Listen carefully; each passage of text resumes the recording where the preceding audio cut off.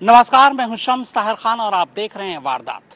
ये कहानी किसी टीवी सीरियल से कम नहीं है। एक लड़की की शादी होती है।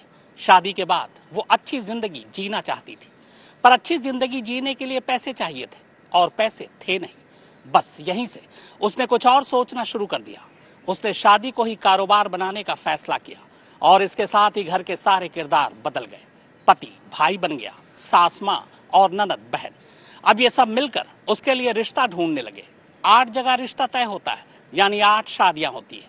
8 शादी होने के बाद ये दूल्हे को चूना लगाकर चंपत हो जाती है। पर कहानी यहीं खत्म नहीं होती। अब भांडा फूटने के बाद ये पता चलता है कि ये लुटेरी दुल्हन HIV पॉजिटिव है। अब जरा सोचिए उन 8 पतियों का क्या हाल होगा।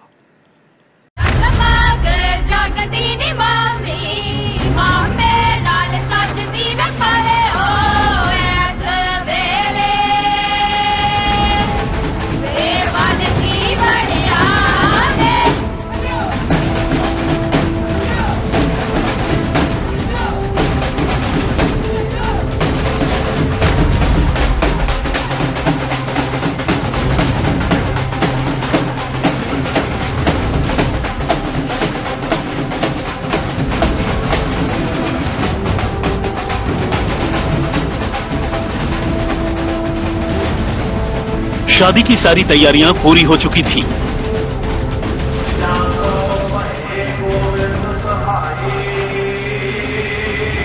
कोरोना की वजह से ज्यादा तो नहीं, लेकिन खास मेहमानों का आगमन भी हो चुका था। दूल्हा दुल्हन बस फेरे लेने ही वाले थे, लेकिन इसी बीच मंडप में अचानक पुलिस वालों की एंट्री हो गई और इसी के साथ सारा सीन पलट गया। जो दुल्हन हाथों में वरमाला लिए दूल्हे का इंतजार कर रही थी, अब उन्हीं हाथों में हथकड़ी डालने की तैयारियां होने लगी। पुलिस वालों ने सारे के सारे लड़की वालों को घेर लिया। ये मामला है पटियाला के देवीगढ़ कस्बे का, जहां एक दुल्हन ने अपने ही पति और घरवालों के साथ मिलकर ऐसा गुल खिलाया कि कुछ देर के लिए तो पुलिस वालों का भी दिमाग चकरा गया। लेकिन जब छानबीन हुई तो पता चला कि ये दुल्हन 420 है, यानी एक ऐसी दुल्हन जो भोले भाले नौजवानों और उनके घरवालों को शादी के झांसे में फंसाकर न सिर्फ उनकी गाढ़ी कमाई पर डाका डाल देती थी, बल्कि अब तो उनकी जिंदगी पर भी खतरा बन चुकी थी। और 3 बच्चों की मां ये दुल्हन ये सब कुछ करती थी खुद अपने ही पति की मदद से, जिसे दुनिया के सामने उसने अपना भाई बना रखा था। दुल्हन 420 की कहानी का हुआ पर्दाफाश। फर्जी शादी कर लूटने वाली दुल्हन गैंग समेत गिरफ्तार। धोखे से रचा चुकी है 8 फर्जी शादियां। 9वीं शादी से पहले कहानी में हुई पुलिस की एंट्री। अब दुल्हों की जिंदगी पर मंडरा रहा है नया खतरा, क्योंकि दुल्हन 420 है HIV पॉजिटिव का शिकार। पटियाला की रहने वाली इस लड़की और उसके घरवालों ने फर्जी शादी को ही अपनी लूट का हथियार बना रखा था। लड़की और उसके घर के लोग सबसे पहले ऐसे लड़कों की तलाश करते थे जिनकी शादी की उम्र निकल चुकी होती थी। फिर ये अपनी पहचान बदलकर किसी जरिए से उस परिवार से संपर्क करते और उन्हें शादी का प्रस्ताव देते। इस दौरान पूरा का पूरा गैंग, जिसमें दुल्हन का पति, दुल्हन की मां और दूसरे बिचौलिए शामिल होते थे, दुल्हन के अलग अलग रिश्तेदार के तौर पर खुद को इंट्रोड्यूस करते थे और शादी की बात आगे बढ़ाते थे। इस दौरान ये गैंग एक तीर से 2 शिकार करता था।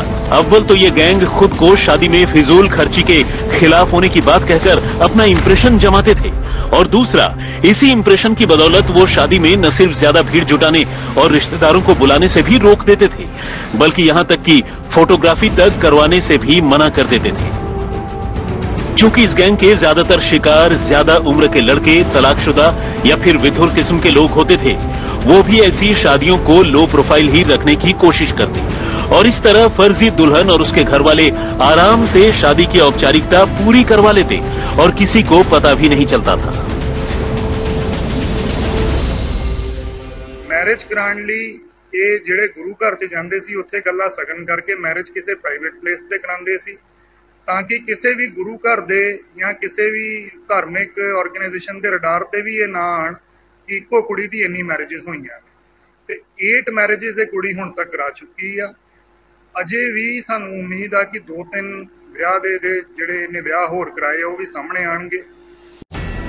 इसके बाद शादी के 3 से 4 दिन गुजरते गुजरते ही दुल्हन अपनी असलियत पर उतर आती थी।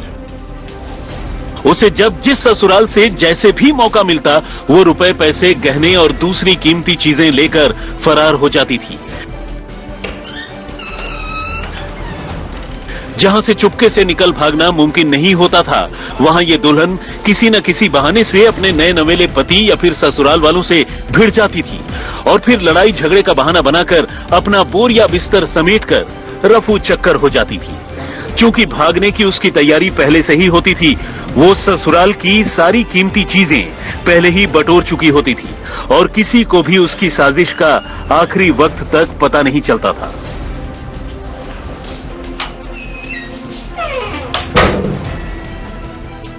लेकिन स्टोरी में असली ट्विस्ट तो तब आता था जब दूल्हा पक्ष के लोग अपनी बहू को मनाने या फिर उसे मायके से वापस लाने के लिए निकलते थे। अक्सर होता यह था कि बताए गए पते पर दुल्हन और घरवाले तो छोड़िए, उन्हें कोई पहचानने वाला भी नहीं मिलता था और ठगी का शिकार होने वाले दूल्हे और उनके घरवाले अपना सिर धुनने लगते थे। उन्हें समझ में नहीं आता कि जिस दुल्हन के साथ उन्होंने इतनी सादगी और नेकदिली से शादी की, वो लोग इतने बड़े धोखेबाज भी हो सकते हैं। दुल्हन 420 की यह कहानी शायद कभी बाहर नहीं आती अगर इसी दुल्हन का शिकार बना एक लड़का उसकी करतूतों पर नजर न रख रहा होता। हुआ दरअसल यूं कि इस दुल्हन और उसके घरवालों ने इस तरह अब तक 8 लड़कों को अपनी ठगी का शिकार बनाया है। यानी इन्होंने 8 लड़कों से फर्जी शादी की और फिर उन्हें मौका मिलते ही लूटकर फरार हो गए। लेकिन इस बार जब ये अपने नवे शिकार को फांसने की कोशिश कर रही थी तो भांडा फूट गया। इस बार शादी पटियाला के जुलका इलाके में हो रही थी। यहाँ देवीगढ़ गुरुद्वारे में शादी की पूरी तैयारी हो चुकी थी, बस फेरे होने ही वाले थे। तभी दुल्हन का पहले ही शिकार बन चुके एक लड़के ने पुलिस को फोन कर दिया और दुल्हन और उसके गैंग के बारे में पूरी जानकारी दे दी। और इसी के साथ पुलिस मौके पर पहुंची और उसने न सिर्फ शादी रुकवा दी बल्कि दुल्हन समेत उसके गैंग के 4 लोगों को धर दबोचा। इन्हां ने 8 मैरिजेस इक्को जनानी दी करा के 8 परिवारां नूं 8 लड़कियां नूं अपनी ठगी दा शिकार बनाया है। ਵਿਆਹ ਨੂੰ ਆਪਾਂ ਆਪਣੇ ਸਮਾਜ 'ਚ ਇੱਕ ਬੜਾ ਪਵਿੱਤਰ ਰਿਸ਼ਤਾ ਮੰਨਿਆ ਜਾਂਦਾ ਆ, ਪਰ ਇਹਨਾਂ ਨੇ ਸਮਾਜ ਦੇ ਨਾਲ ਇੰਨੀ ਇੱਕ ਮਾੜੀ ਕਾਰਗੁਜ਼ਾਰੀ ਕੀਤੀ ਆ ਕਿ 8 ਪਰਿਵਾਰ ਇਹਨਾਂ ਨੇ ਰੋਲ ਦਿੱਤੇ। ਇੱਕੋ ਕੁੜੀ ਦੇ 8 ਮੈਰਿजेस ਨੇ। ਹਰੇਕ ਮੈਰਿਜ 'ਚ ਹਫਤਾ 10 ਦਿਨ 4-5 ਦਿਨ ਲਾ ਕੇ ਉੱਥੇ ਆਪਦੇ ਹਸਬੈਂਡ ਨੂੰ ਤੇ ਇਨਲॉस ਨੂੰ ਬਲੈਕਮੇਲ ਕਰਕੇ ਉਸ ਤੋਂ ਬਾਅਦ ਉਹਨਾਂ ਤੋਂ ਪੈਸੇ ਗਹਿਣੇ ਲੈ ਕੇ ਉੱਥੋਂ ਉਹਨਾਂ ਨੂੰ ਉੱਥੋਂ ਨਿਕਲ ਜਾਂਦੇ ਸੀ। अब तक तो इस जालसाज दुल्हन का शिकार बने लोग अपने रुपए पैसों को ही रो रहे थे, लेकिन उन्हें तब एक और जोर का झटका लगा जब उन्हें पता चला कि उन्हें अपनी ठगी का शिकार बनाने वाली लड़की तो असल में HIV पॉजिटिव है। जी हां, HIV पॉजिटिव, जिससे आने वाले वक्त में एड्स जैसी घातक बीमारी भी हो सकती है। असल में पुलिस ने जब गिरफ्तारी के बाद जालसाज दुल्हन की मेडिकल जांच करवाई तो उसकी ब्लड रिपोर्ट देखकर सकते में आ गई। वो HIV की शिकार थी।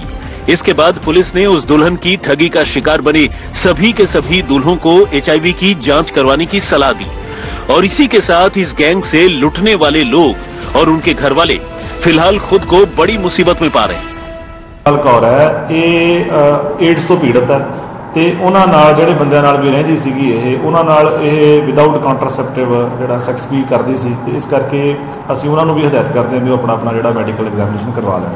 ਤੁਸੀਂ ਉਹਨਾਂ ਨੂੰ ਮੈਸੇਜ ਲਾਇਆ ਕਿ ਤੁਸੀਂ ਅਸੀਂ ਉਹਨਾਂ ਨੂੰ ਕਨਵੇ ਕਰ ਦਿੱਤਾ ਜੀ ਵੀ ਇਹ ਲੜਕੀ ਜਿਹੜੀ ਹੈ ਏਡਸ ਤੋਂ ਪੀੜਤ ਹੈ ਤੇ ਇਹਦੇ ਬਾਰੇ ਹੁਣ ਅਸੀਂ ਉਸ ਦੇ ਹਿਸਾਬ ਨਾਲ ਇੱਕ ਰੈਲੇਵੈਂਟ ਸੈਕਸ਼ਨ 269 ਆਫ IPC ਕੋਈ ਜਾਨਲੇਵਾ ਬਿਮਾਰੀ ਫੈਲਾਉਣ ਦਾ ਜਿਹੜਾ ਕਰਨਾ ਉਹਦਾ ਵੀ ਜਿਹੜੀ FIR ਦੇ ਵਿੱਚ ਵਾਧਾ ਕੀਤਾ। पुलिस ने इस गिरोह के पास से दूल्हों से लूटे गए रुपए पैसों और बेशकीमती जेवरातों के साथ साथ 3-3, 4-4 अलग अलग नाम, पहचान और पते वाले आधार कार्ड और दूसरे दस्तावेज भी बरामद किए हैं जिनकी मदद से ये गैंग लोगों से ठगी किया करता था।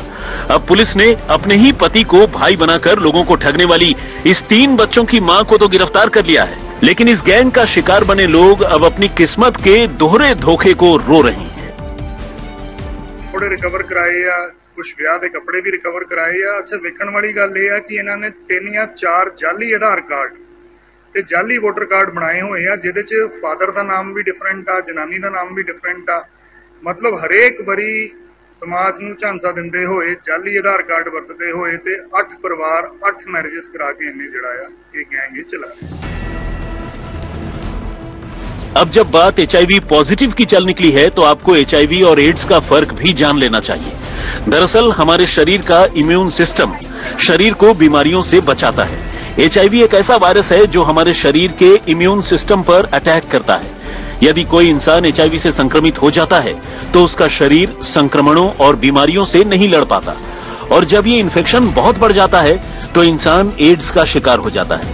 HIV एक इंसान से दूसरे इंसान को हो सकता है, लेकिन एड्स नहीं हो सकता। अगर कोई HIV से संक्रमित है तो ये जरूरी नहीं कि उसे एड्स हुआ हो। हालांकि HIV संक्रमित इंसान को एड्स हो सकता है। पटियाला से मुनीश कौशल के साथ आज तक ब्यूरो। वैसे अपने देश में यह अकेली लुटेरी दुल्हन नहीं है, बल्कि लुटेरी दुल्हनों का बाकायदा एक गैंग इस देश में काम करता है। उत्तर प्रदेश, मध्य प्रदेश, राजस्थान और बिहार में ऐसे नामालूम कितने ही किस्से सामने आए जब लुटेरी दुल्हन सामने आती है, शादी रचाती है और फिर बाद में पता चलता है कि दूल्हा और उसके घर वालों को चूना लगाकर वो चंपत हो गई। आइए नजर डालते हैं ऐसी ही कुछ लुटेरी दुल्हनों की और कहानियों पर।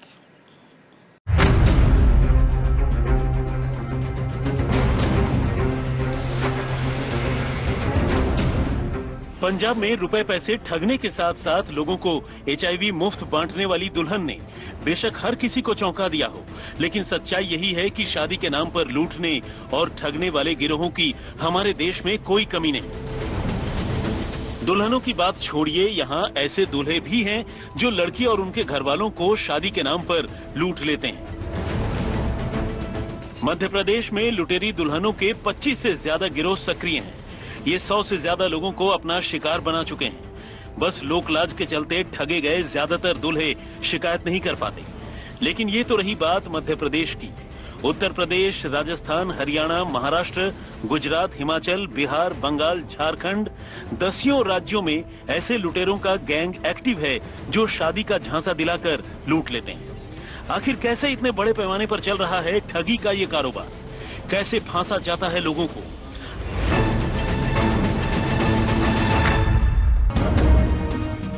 आखिर क्यों दूल्हे या उसके घर वालों को शक नहीं होता, और कौन है लुटेरी दुल्हनों के दलाल?